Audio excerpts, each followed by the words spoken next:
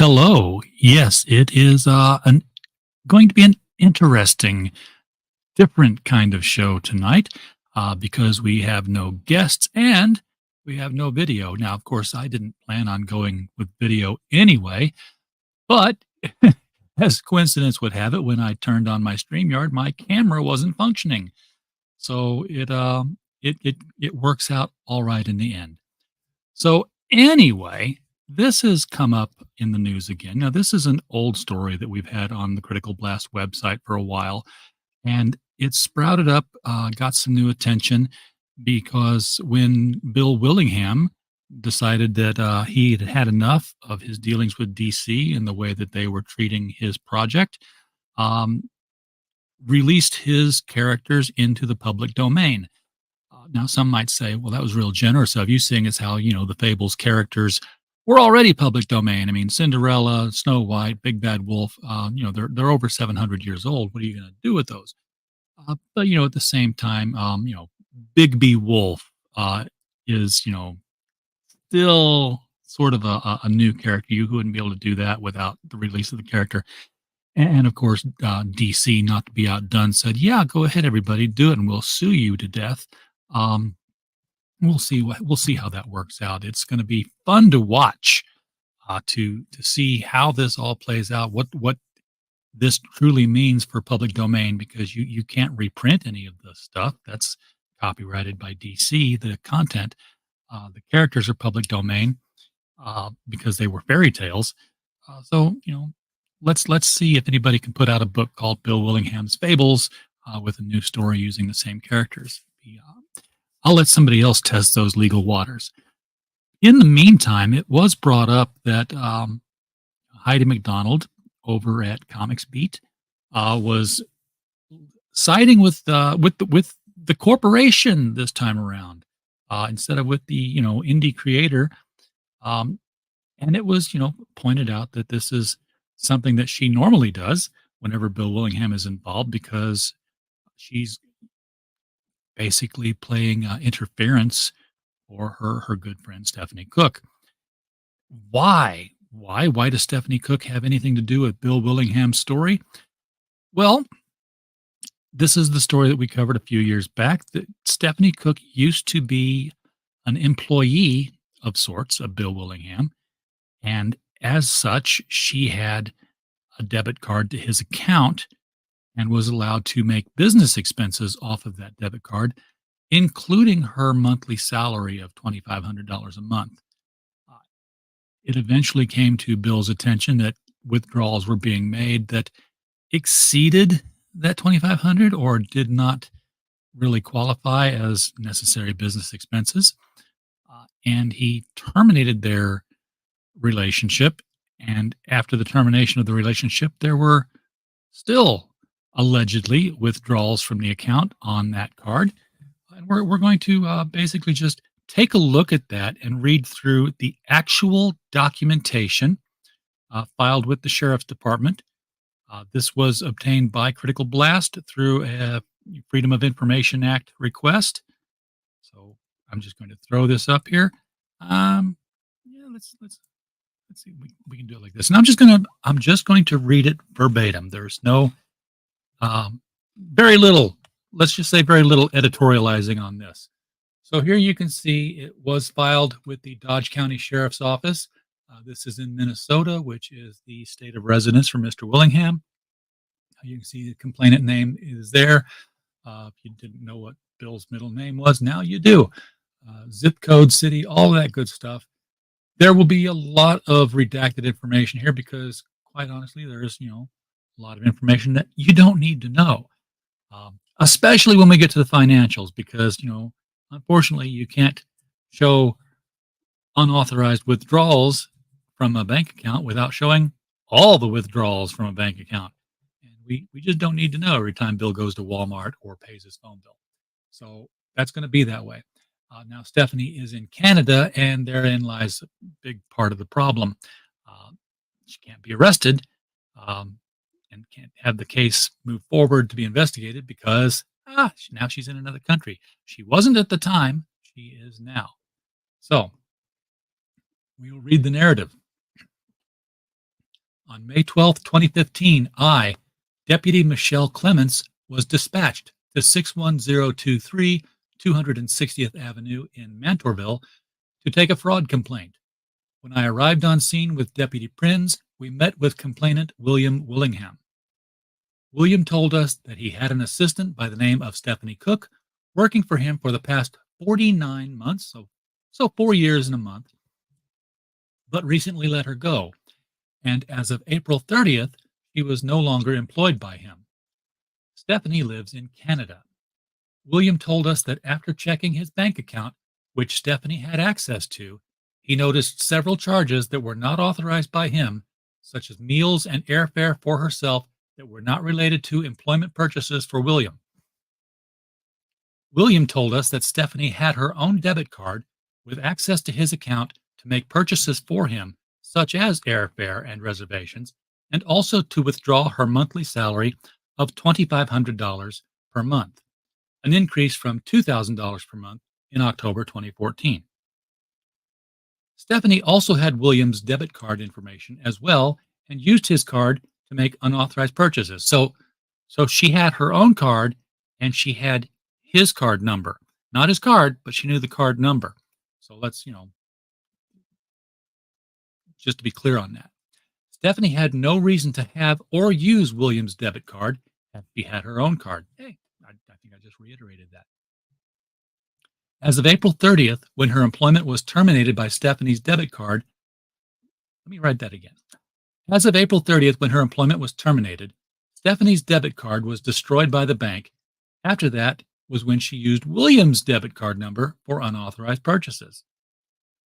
I asked William if Stephanie had access to his personal information, such as Social Security number, and he said yes. I advised him that he should put a fraud alert out on his credit as well. William said that he does not use credit cards and only uses debit cards at this time. William said that he would get copies of his bank statements with the unauthorized charges so we could get a better idea of the total charges. At this time, he thought it was around $8,000, but he had only looked back as far back as January of 2015. Bank accounts are with Affinity Plus Credit Union and Eastwood Bank. Reports are being forwarded to Dodge County Investigations, and we're going to look at those. Officer Michelle Clements, badge number 3147. So there is the sheriff's complaint, short, sweet, and to the point. And that was followed up with this longer document, which details a lot of the transactions. So this is from Bill Willingham. It says, unauthorized banking charges, ATM withdrawals, and payments made by Stephanie Cooke during the time she was my paid personal assistant and after she was let go. So the alleged crime here is that not only was she embezzling during her employment, but she used unauthorized access to Willingham's account through his debit card number to further take out money after she was no longer an employee. Stephanie Cooke lives at some place that's redacted in Canada. Etobicoke is one of the suburbs of Toronto. Her phone is redacted and her email address is redacted. Very good call.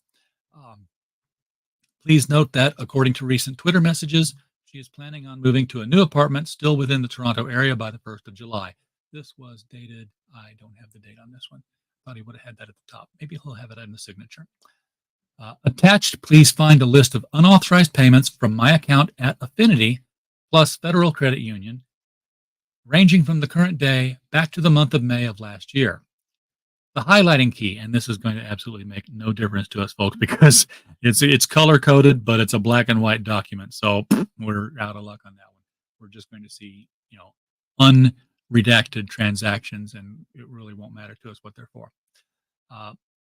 Items highlighted in yellow are charges she made which were not authorized. However, those yellow highlighted items with an orange mark indicate ATM withdrawals, some of which exceeded her allowed withdrawal amount. Since she lived in Toronto and had her own debit card on the Affinity account, I paid her $2,500 a month salary by allowing her to directly withdraw it from the account. Therefore, $2,500 worth of ATM withdrawals a month are authorized and shouldn't be counted against her. So if she pulled $1,200, then $1,200, then $100, there's your 2,500 rather than pulling it all at once. Um, and if you've ever used an ATM, they have limits, so you really can't just go up to one and pull out $2,500. They're going to say, yeah, no, you can't do that. Um, However, since she made many ATM withdrawals in excess of that amount per month, so I don't know, maybe you can with Affinity. I thought a lot of them had limits. And since the ones specifically for her monthly pay were not separated out, we had to do it this way, highlighting all of her ATM withdrawals and deducting her allowed pay to arrive at the amount that was stolen for each month. The way we have been doing this is adding up all charges made by Stephanie, deducting any that were authorized business expenses, which aren't highlighted at all, and then deducting her monthly pay to arrive at the number that is unauthorized or stolen. 3. The blue highlighted line for April 28th, 2015 marks the morning she was dismissed from my employ, paid with $3,200 of severance pay in cash, and removed from my Affinity account. All charges since that blue line were made against my account using my own debit card number, which she never had the authority to use, and were absolutely stolen money. 4. Anything with a green highlight added over the yellow highlight indicates an item we have since discovered was an authorized payment after all. Some of these things took more digging than others, or a payment that is questionable enough that we cannot with full certainty count it against her. So they had highlighted things in yellow and said, hey, this is fishy, and then said, okay, we've resolved this one, color this one over with green so that we don't, think that it's one of the fishy ones. And then we get into the Affinity Plus Credit Union. These are, transactions month by month. And you can see just about everything is redacted here. Here's a great, big, long black screen. Why? Because it's the whole document, and Bill uses his account for stuff. So we'll continue to see black box after black box. Oh, look at all the black box transactions here. But eventually, you will get to a page where something's highlighted. Cash withdrawal 3,200. This would be the blue line, 3,200 for her dismissal, which would have been in April of 2015. After that, or going further back from there, I don't know whether we're going back in time or forward in time at this, we start to see, oh, there's an international fee because it was done in Canada, 323. ATM withdrawal of $323.30. So it looks like there's a 10% withdrawal international fee on things. Withdrawal of $403. Withdrawal of $805 on 4/6. So we are going backwards in time here from her dismissal date. $792.14, again with a $792 transaction fee. And in his handwriting here, April 18 withdrawals was 2,325. So that's not even 2,500 yet. Things are marked out here. ATM withdrawal on April 1st of $792.14. ATM withdrawal on March 31st of 1,003. In Seattle, $46. In Los Angeles, $27. Both on the same day. That's interesting. More black screens. ATM withdrawal of $82.58. ATM withdrawal of $240.71. ATM withdrawal of $113.18.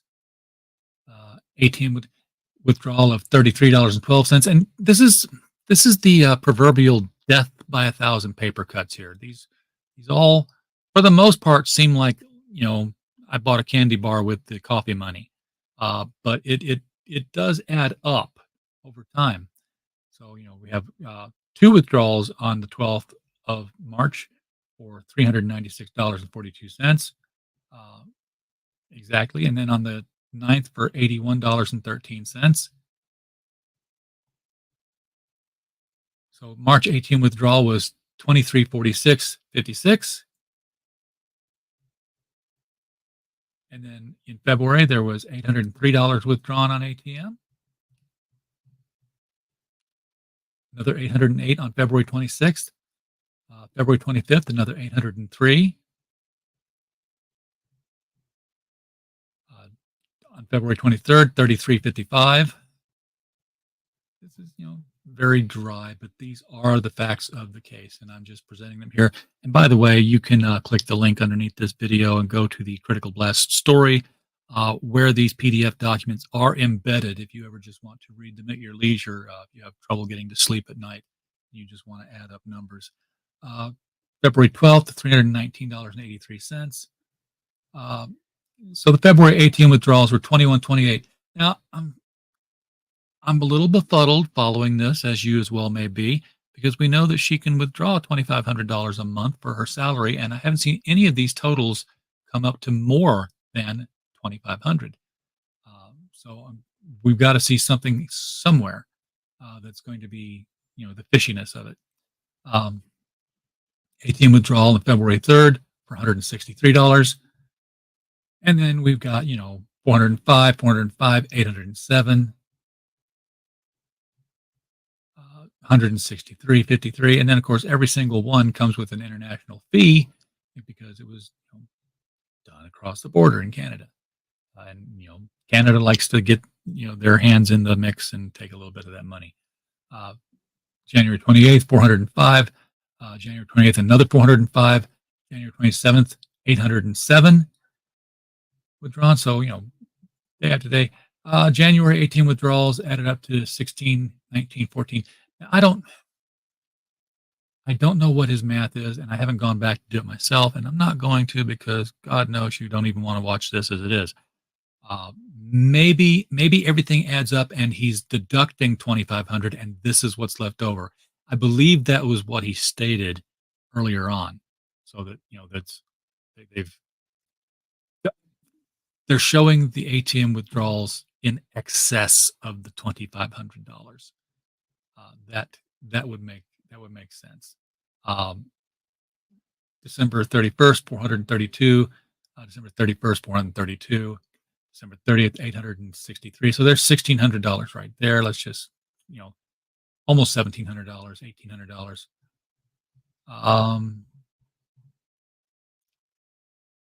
Another 400. Is that not the same one? 432, 438, 63. Is this the same page duplicated? They don't have page numbers on them, do they? Page 14. Yeah, this is a different page. Okay. So on the 31st, 432. And on the 31st, 432. This looks like the same one to me, same page. Looks like a repeat. Okay, so the December ATM withdrawals came to 3,584, although I did not add that up.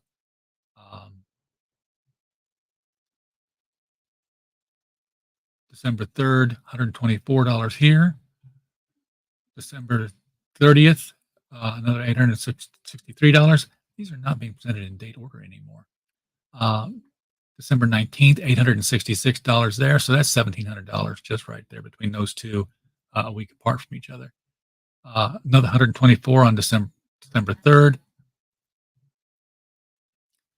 312 on November the 29th.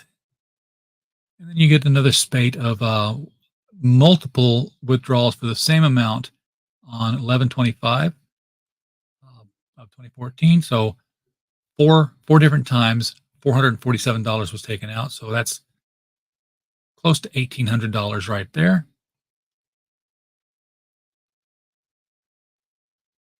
So the November ATM withdrawals, 2332, which I believe again that's the amount in excess of the $2,500 salary.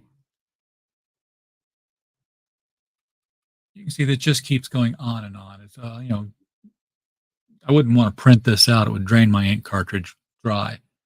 Took out $231 on November 5th. Again, multiple withdrawals for the same amount on the same day, October 29th. Another $1,800 pulled out there.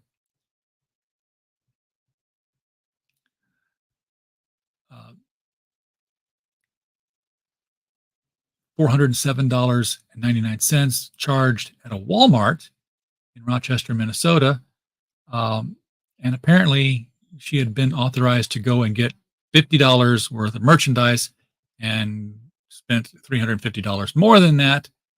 So $350 of this Walmart purchase was unauthorized, according to Bill Willingham, as he is making his case against Stephanie Cooke using his financial records. The October ATM withdrawals were 2250. Again, we're assuming that is 2250 in excess of the 2500 she was allowed. Into September, you see on the 30th, 271 and 451 were both withdrawn. Tell you what's really eating Bill up is these fees here. 10% fee every time she makes a withdrawal in international across the border. On the 24th, again, multiple withdrawals for $457 again. On the 8th, another $450. On the 30th, 270 and 451. And on the 24th again of we'll be in September here, yeah. Multiple withdrawals for 457.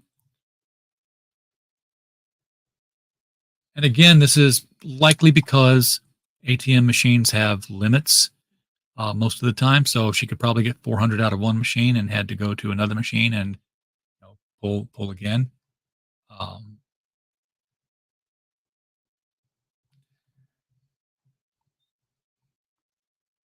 Then we're into August. On August, here you got two transactions on the same day, both of them ATM withdrawals, 925 at one, 888 at the other. We don't have timestamps on these, so I don't know, how long, how far apart they were. But the August ATM withdrawals was 1,800 in excess of the 2,500 was allowed. And here we are in still August 27th. This looks like the same 888, 925. Repeating page. The same thing happens in July, and in July 31st, another 850 and another 923, both pulled out on the same day.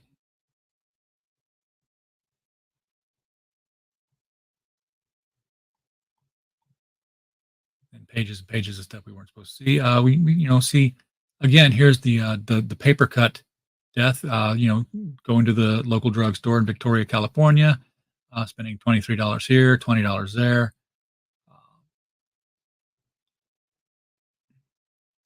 And the June ATM withdrawals were $1,500.92 in excess of the $2,500 that was allowed. We see ATM withdrawals for July, again, 1967. Okay, so June was 1,592 over. July was 1,967 over. And then more little ATM withdrawals here, $96 on July 1st, repeated. 188, 468, 935. Going into June of 2014. This is all adding up, and there is a total value estimation at the bottom of all of this. The May withdrawals through the 15th, $1,611.45 in excess of the amount. And then that includes these withdrawals on May 29th and May 28th of $647 and $925. May 24th of $38, which, just a little bit there. And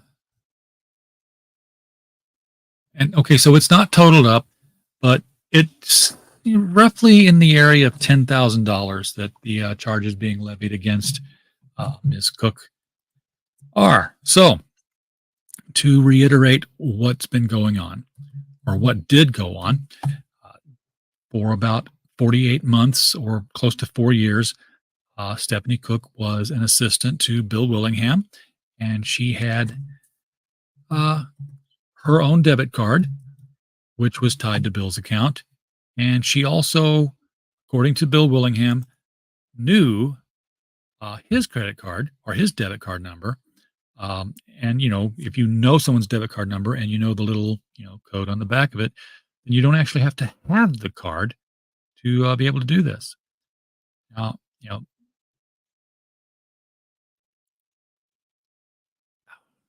I don't know what more to say about this. I mean, the thing is after he filed the charge, or at the time he filed the charge, rather, Stephanie Cooke had moved to Canada. And it's just, an extradition thing that the local sheriff is not going to be able to go to Canada and make an arrest. Um, One would expect that if Stephanie Cook ever did come back to the United States, announced that she was going to be at a convention somewhere, then perhaps an officer could be waiting to say, "Hey, you have a charge against you here that needs investigating, and you're back on American soil, and we're going to do just that while you're here." Uh, Likelihood of that, who knows? I doubt it. I don't know that Stephanie Cook is actually burning down the comic industry right now with any hot new book that is going to be promoted at conventions. I'm not even sure that she's creating comics anymore, as opposed to editing them or working in other capacities within the comic industry. But there you have it. It's cut and very dry financial information backing up Bill Willingham's claims. You've seen the complaint with the sheriff's department. We read through that. Um, and again, both of these documents are available in the Critical Blast link below, where we did a little write up. We've got some video interviews embedded in there if you want to click on those and get a little bit more information, a little bit more editorializing on it. But these are, as Jack Webb would say, just the facts. So you're allowed to read them for yourself and draw your own conclusions. Thank you, everybody, for popping in. Do appreciate you being here. This, again, was a little bit different than what we normally do. We normally like to have guests on and interview them about their comics. But since people were talking about this and since it was starting to drive some traffic to the website, admittedly, I wanted to take advantage of that a little bit and just go over the documents that are in question. So, with that, I will let you all go. And thank you so much for showing up.